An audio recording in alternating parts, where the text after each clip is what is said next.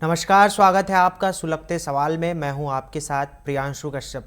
आज के सुलगते सवाल में हम बात करेंगे उन तमाम मुद्दों की जो जनता से जुड़ी है। दरअसल भारतमाला प्रोजेक्ट में भ्रष्टाचार की आग से झुलसे हुए किसान और ग्रामीण का घाव अभी तक भरा नहीं था कि दूसरे परियोजना के तहत जो भू अधिग्रहण होना है उसमें अब किसानों की नाराजगी सामने आ रही है। दरअसल खरसिया परमल कसा परियोजना के तहत जो किसानों का जमीन भू अधिग्रहण किया जाना है उसमें किसानों की नाराजगी है। प्रक्रिया को लेकर क्यों नाराजगी है, प्रशासन की क्या भूमिकाएं हैं, इन तमाम सवालों पर बातचीत करेंगे। लेकिन उससे पहले देखिए हमारी एक खास रिपोर्ट।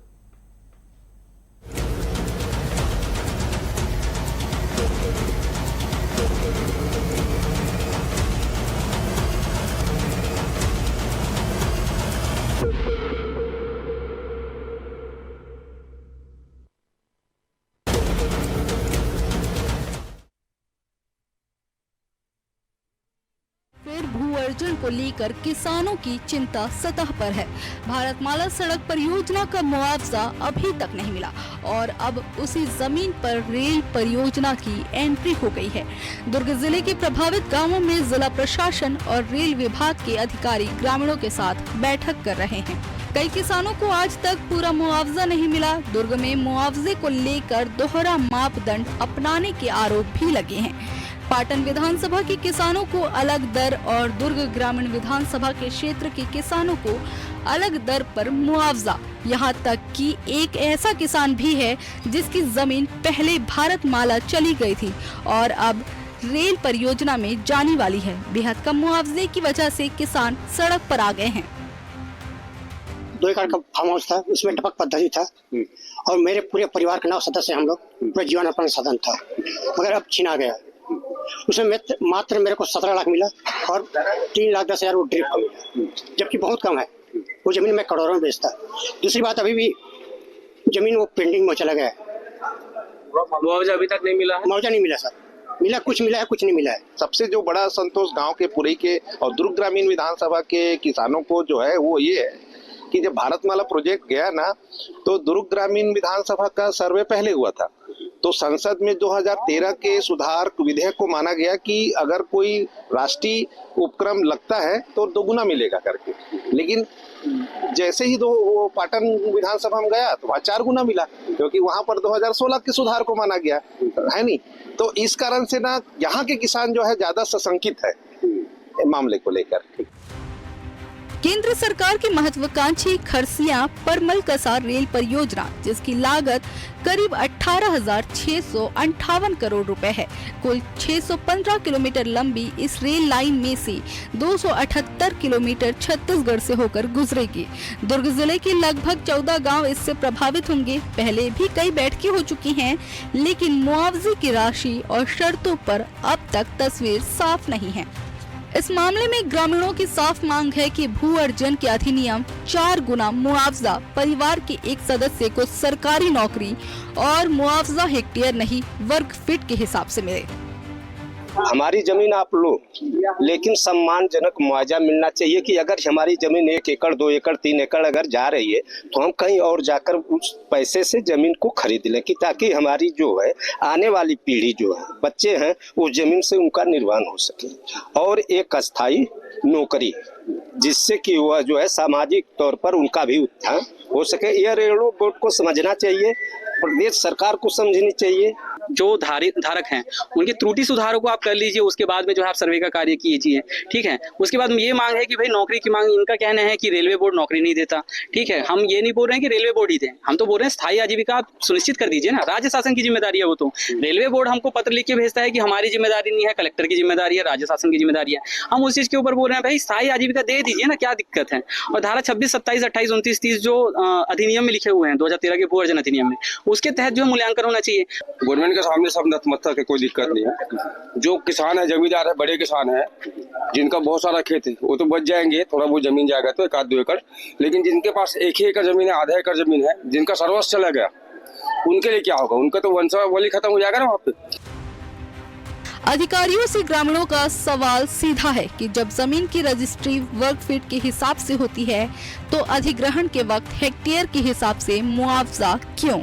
किसानों का कहना है कि पुश्तैनी जमीन करोड़ों की कीमत से सीधे कौड़ियों में बदल दी जाती है, इसलिए सिर्फ पैसा नहीं बल्कि परिवार के किसी सदस्य के लिए नौकरी भी जरूरी है। अधिकारियों ने फिलहाल समाधान का मौखिक भरोसा दिया है। मैं शासन की तरफ से आपको ये आश्वस्त करता हूँ कि जो मुआवजा है उसमें एकरूपता रहेगी और एकरूपता के साथ में सही मुआवजा की गणना करके ही मुआवजा का भुगतान किया जाएगा। इस संबंध में मैंने पहले भी कहा था कि यदि मुआवजे के निर्धारण के समय या घोषित करने के पहले अगर कोई प्रतिनिधि आकर किसानों के अगर एक बार हम क्रॉस वेरीफाई करना चाहें कुछ खसरों को, तो हम उसके लिए भी हम तैयार रहेंगे। किसी प्रकार से उनको भ्रम में रखकर या छिपाकर मुआवजा की गणना या मुआवजा की घोषणा करना ऐसा नहीं होने देंगे। जिन खेतों में पीढ़ियों तक किसानों ने पसीना बहाया, आज वही जमीन उनके भविष्य की सबसे बड़ी चिंता बन गई है।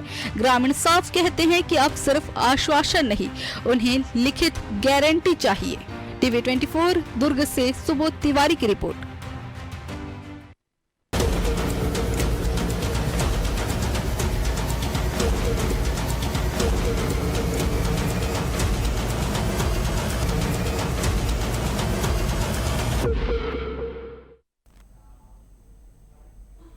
विकास की दो मार, किसान लाचार। दरअसल जिस तरीके से भारतमाला प्रोजेक्ट के तहत जो ज़मीन सरकार के द्वारा ली गई, अब उसी ज़मीन को दोबारा रेलवे ने जो है विकास के नाम पर जो परियोजना का विस्तार किया जा रहा है उसमें किसानों से ले रही है। और किसानों का साफ तौर से आरोप है कि जिस भू अर्जन के जो अधिनियम है उसके तहत जो है ज़मीनों को नहीं लिया जा रहा, स्थायी जो आजीविका की व्यवस्थाएं जो है सरकार करे या तो फिर रेलवे करे। इन तमाम ऐसे मुद्दे हैं किसानों के जो अपनी जगह वो अपने आप को सही मानते हैं और प्रशासनिक पेच में फंसते हुए नजर आ रहे हैं। हम सीधे हमारे संवाददाता सुबोध तिवारी जी के पास चलेंगे और उनसे जानेंगे कि कहां पे किसानों की नाराजगी है, उनकी बातें कहां पे नहीं बन पा रही है। सुबोध जी, जिस तरीके से ये जो पूरा मामला है जिसमें किसान नाराज हैं जो रेलवे परियोजना है उसके तहत, कहां पे पेच फंस रहा है, किसानों की किस बात पे नाराजगी है? प्रियांशु जी, अगर बात करेंगे विकास योजनाओं को लेकर, जिस तरीके से केंद्र सरकार, राज्य सरकार करोड़ों के विकास कार्यों की बात करती है, सौगात देने की बात करती है, पर उस समय ऐसे विकास कार्यों से लोग मायूस हो जाते हैं जब उसके लिए जमीन अधिग्रहण की प्रक्रिया शुरू की जाती है। अगर बात करेंगे ग्रामीण क्षेत्रों की, तो ग्रामीण क्षेत्रों में पिछले समय भारतमाला सड़क परियोजना जो चली थी, हजारों करोड़ की इस परियोजना में सैकड़ों गांव आए, कई हजार जमीनें अधिग्रहित की गई, मगर बात वहीं फंस गई कि कहीं पर अधिग्रहण जो किया गया उसमें स्क्वायर फीट के हिसाब से मुआवजा की राशि दी गई और कहीं पर हेक्टेयर के हिसाब से मुआवजा राशि दी गई। और तो और कई ऐसे भी किसान हैं जो अभी भी प्रभावित हैं और उन्हें अब तक मुआवजा की सही राशि मिली ही नहीं है और कई जगह तो चेक ही अनादरित हो गए हैं। अब बात आती है रेलवे परियोजना की, खरसिया परमल कसा रेल कॉरिडोर परियोजना की, जिसके बारे में बताया जा रहा है कि यह भी करीब 278 किलोमीटर जो छत्तीसगढ़ से होकर गुजरेगी, कुल 615 किलोमीटर लंबी, 658 करोड़ की लागत से यह रेल कॉरिडोर बनेगा, जिसमें कि जो पहले से ही मौजूद है रेलवे पटरी, उसके ठीक बगल में एक दूसरी रेल लाइन बिछाई जाएगी और उसके तहत जो जमीन अधिग्रहण का मामला आता है वहां पर पेच फंसता है तो किसान मायूस हो जाते हैं। बात हो रही है, अधिकारियों के साथ बैठक हो रही है, कम से कम 13 से 15 ऐसे गांव हैं जहां 400 से 500 एकड़ जमीन अधिग्रहण में आ रही है, जिसमें किसी के मकान है तो किसी की बाड़ी है तो किसी का खेत है। अभी खड़ी फसल है और उस समय इस समय धान की बुआई, मिंजाई और बिक्री हो रही है, उस समय अधिकारियों की बैठक किसानों के साथ हो रही है। तो ऐसे में कोई भी किसान अपनी पुश्तैनी जमीन को देना नहीं चाहता, और अगर देना चाहता है तो जो भारत सरकार का राजपत्र है, जो गैजेट है केंद्रीय सरकार का, उसके तहत चौगुना मुआवजे की बात की जाती है। तो अधिकारी जो है वो कुछ भी कह नहीं पाते, मौन स्वीकृति धारण कर लेते हैं। और वहीं ग्रामीणों का यह भी कहना है कि उनके परिवार से किसी एक सदस्य को सरकारी नौकरी मिले ताकि परिवार का भविष्य उज्जवल हो, तो उस पर भी किसी तरह की कोई बात सामने नहीं आती है। लिखित प्रमाण की बात कही जाती है तो जरूर राजपत्र दिखाया जाता है, लेकिन मिलेगा या नहीं मिलेगा इस पर सवालिया निशान लग जा रहा है। ठीक, आता हूँ सुबेश जी, आपके पास आते हैं हम। स्थानीय जुड़ चुके हैं हमारे साथ, अमित कुमार साहू, उनके पास चलते हैं। अमित जी, बहुत बहुत स्वागत है आपका टीवी 24 पे। जी बहुत बहुत धन्यवाद आपका। जिस तरीके से जो जमीन को लेकर जो विवाद चल रहा है, जो रेलवे परियोजना भी अधिग्रहण कर रहा है, कहाँ पे आप लोग की नाराजगी है? सर नाराजगी तो इसके सर्वे प्रक्रिया में हमारी शुरू हुई थी। हमारा जो सर्वे प्रक्रिया है ना जी, वो अधिनियम के धारा 4 से 7 के तहत किसानों को साथ में लेकर के होना था, परंतु हुआ ये कि किसानों को साथ में नहीं रखा गया, जिसका हम विरोध किए 9 नवंबर को। और दिन रविवार था। उस दिन जो है जो मोनार्क निजी कंपनी है पुणे की, सर्वे की कंपनी थी, वो जो है बिना किसान को साथ में लिए, बिना अधिकारियों के, वो खेत में घुस के जबरदस्ती जो सर्वे किया गया, हमारा वहां से आपत्ति शुरू हुआ था। उसके बाद निरंतर जो है हमारी मांग चलती रही कि जो सर्वे है वो ढंग से होना चाहिए, तभी हम सर्वे करने देंगे। उसके बाद में हमारी मांग ये भी उठी कि जो मुआवजा है सर वो 4 गुना होना चाहिए, और उसके साथ साथ 2013 के अधिनियम का पालन होना चाहिए सर। सबसे पहला मांग तो हमारा यही है, जिसको पालन नहीं किया जा रहा है। कृषक को सूचित नहीं करते हैं, कृषक को अधूरी जानकारी देते हैं, कई किसानों को ये भी नहीं पता है कि कौन सी परियोजना जा रही है। तो इसके तहत जो है हमारा विरोध निरंतर चलता गया।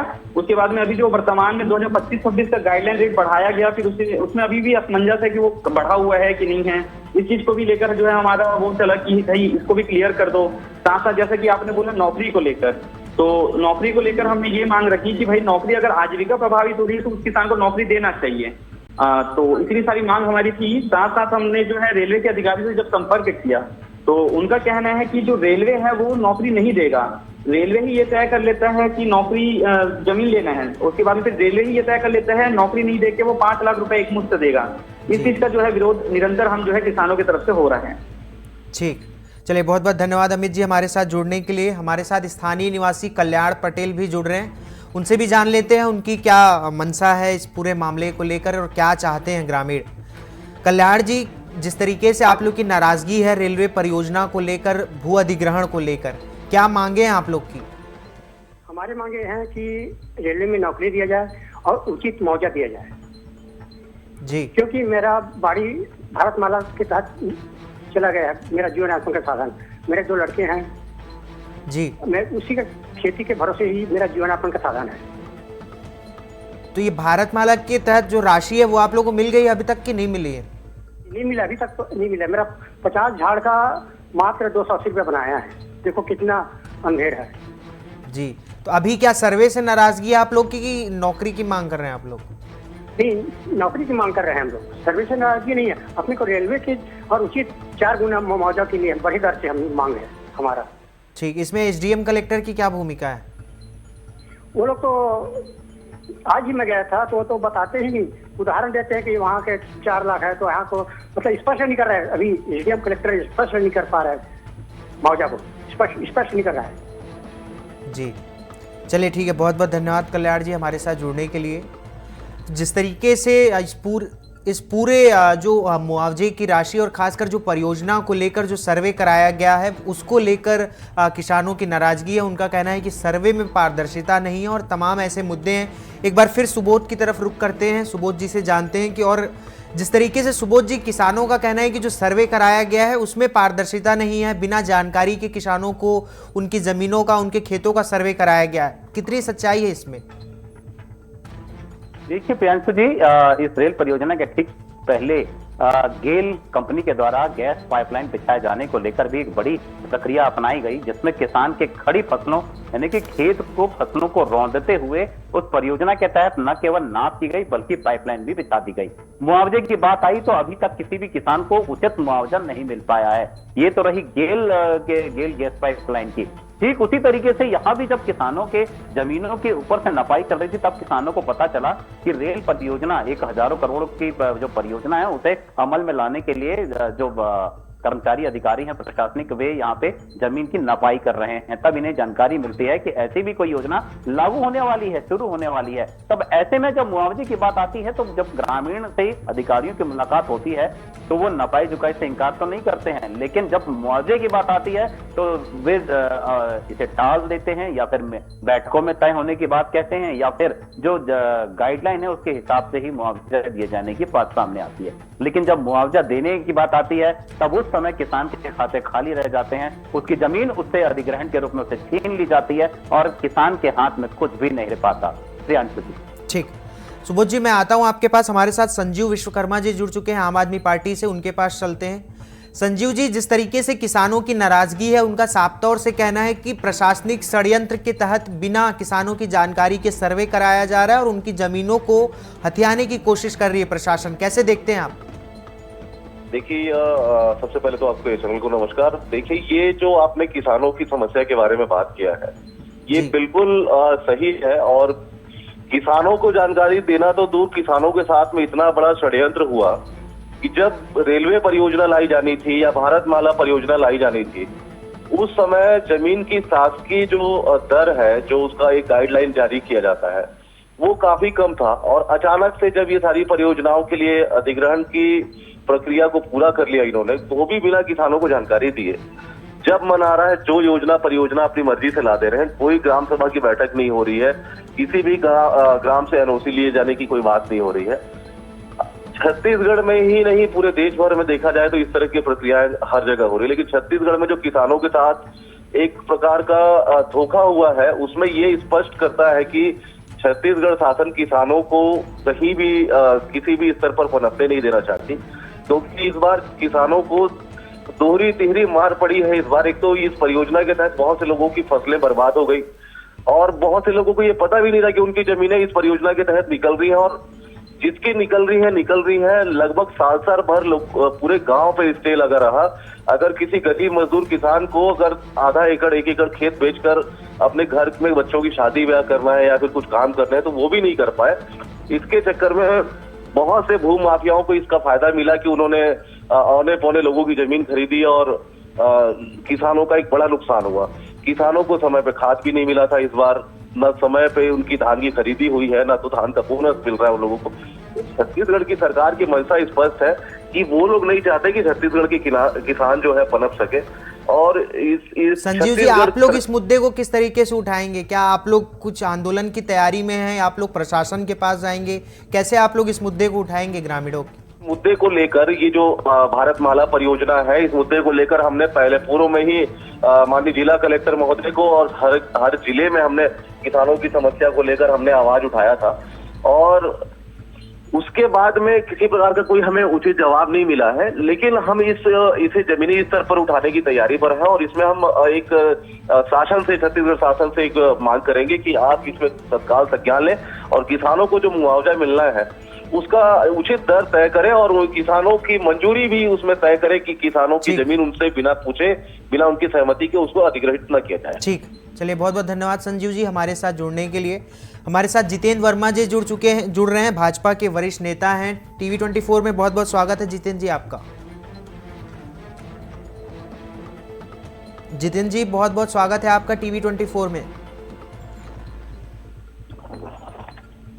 सुन पा रहे हैं मुझे?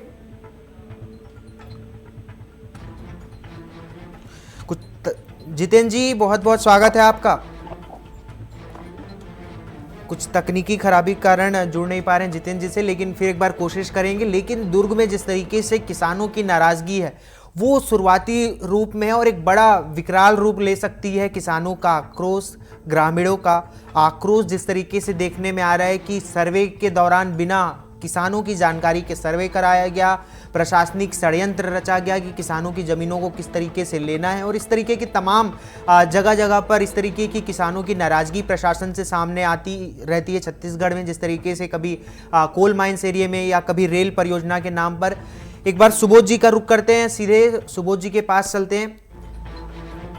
सुबोध जी, समस्याएं तो पता चल गई, लेकिन इसका समाधान क्या हो सकता है? क्या एसडीएम कलेक्टर ग्रामीणों की नाराजगी दूर करेंगे मौके पर आकर, या क्या आगे रणनीति क्या है किसानों की?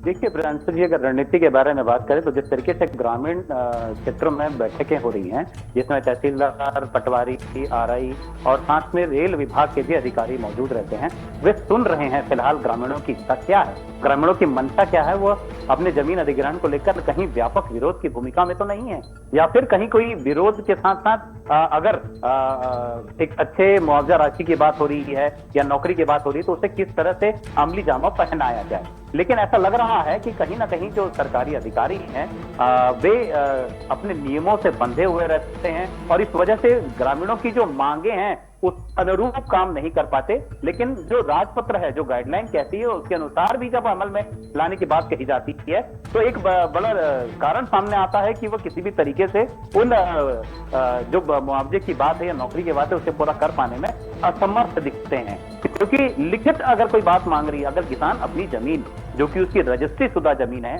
पुश्तैनी जमीन है, और उसे अधिग्रहण किया जा रहा है तो उस अनुरूप मुआवजा भी मिलना चाहिए जिसका लिखित प्रमाण हो, ताकि सही समय पर उसे मुआवजा राशि मिले और राशि मिलने के साथ साथ परिवार के किसी एक सदस्य को सरकारी विभाग में नौकरी भी मिले। ठीक, मैं आता हूं सुबोध जी आपके पास। हमारे साथ राजेंद्र साहू जी जुड़ चुके हैं, कांग्रेस के वरिष्ठ नेता हैं, उनसे भी रुक कर लेते हैं। राजेंद्र जी, बहुत बहुत स्वागत है आपका टीवी 24 पर। नमस्कार, आप सभी का धन्यवाद जी। जिस तरीके से जो भू अधिग्रहण का मामला है, रेलवे जो है भू अधिग्रहण करने वाली है जो खरसिया परमल कसा परियोजना के तहत, इसको लेकर अब किसानों की शुरुआती नाराजगी सामने आ रही है। क्या आप लोग के संज्ञान में है ये पूरा मामला? पूरे छत्तीसगढ़ में जितनी भी जमीन अधिग्रहण हुई है, चाहे वो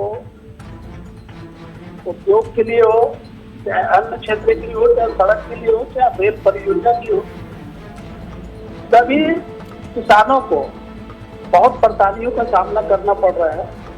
और कहीं पर 2 गुना मिला है तो कहीं पर 4 गुना मिला है, और बहुत से जगह पर अभी सड़क तो बन गई है, भारतमाला परियोजना, लेकिन अभी तक मुआवजा नहीं मिला है। अब उन्हीं गांवों से फिर लगभग उन्हीं गांवों से फिर रेल परियोजना गुजर रही है। उसमें भी किसान भयभीत है, चिंतित है कि अब आगे भी हमको मुआवजा मिल पाएगा कि नहीं मिल पाएगा। खेत अधिग्रहण तो हो जाता है लेकिन मुआवजा की राशि मिलने में बहुत देरी होती है और मिल भी नहीं पाती, किसान चक्कर लगाते रह जाते हैं। राजेंद्र जी, इसमें आप लोग बतौर विपक्ष क्या भूमिका निभाएंगे किसानों को उनका हक दिलवाने के लिए? हम लोगों ने गैस पाइपलाइन वालों में भी माननीय भूपेश बघेल जी ने अधिकारियों से चर्चा की थी, उन्होंने बैठक की थी, उसके बाद मुआवजा की राशि देने की बात कही थी।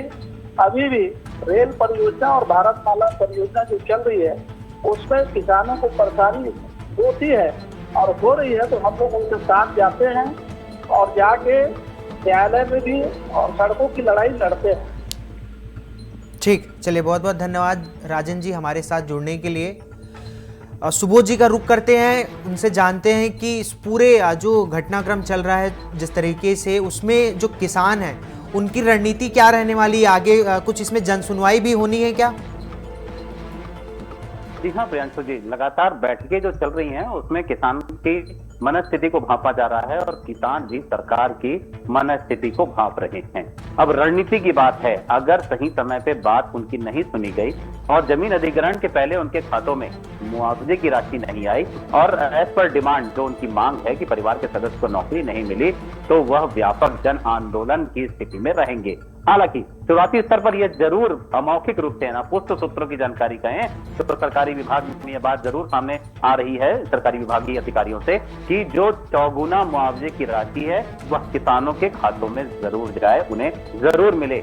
और उसके बाद जब नौकरी की बात आ रही है तो उसे विचार विमर्श करने के लिए सेंट्रल मिनिस्ट्री डेस्क में भेज दिया जाए या स्टेट गवर्नमेंट जो राज्य सरकार है उसके सामने इस बात को रखी जाए कि जो ग्रामीण हैं जिनके जमीनों का अधिग्रहण हो रहा है उनके परिवार के एक सदस्य को सरकारी नौकरी भी मिले।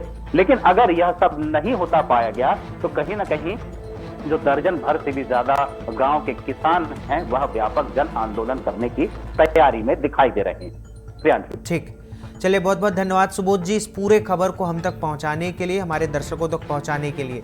तो जिस तरीके से विकास की दो मार और किसान लाचार हैं, दरअसल भारतमाला जैसे बड़े प्रोजेक्ट में घोटाला हुआ लेकिन उसके बाद भी शासन प्रशासन के कान में जूं नहीं रेंग रही और इसी की तर्ज पर दोबारा रेल परियोजना के नाम पर किसानों और ग्रामीणों की नाराजगी भी सामने आ रही है। जिस तरीके से व्यवस्थाएं जो बनाई गई हैं सर्वे की, उसको लेकर नाराजगी है और साथ ही साथ जो भू अधिग्रहण के तहत जो मुआवजे की राशि है उसमें भी नाराजगी किसानों की सामने आ रही है। तो फिलहाल सुलगते सवाल में इतना ही। बने रहिए टीवी 24 के साथ। नमस्कार।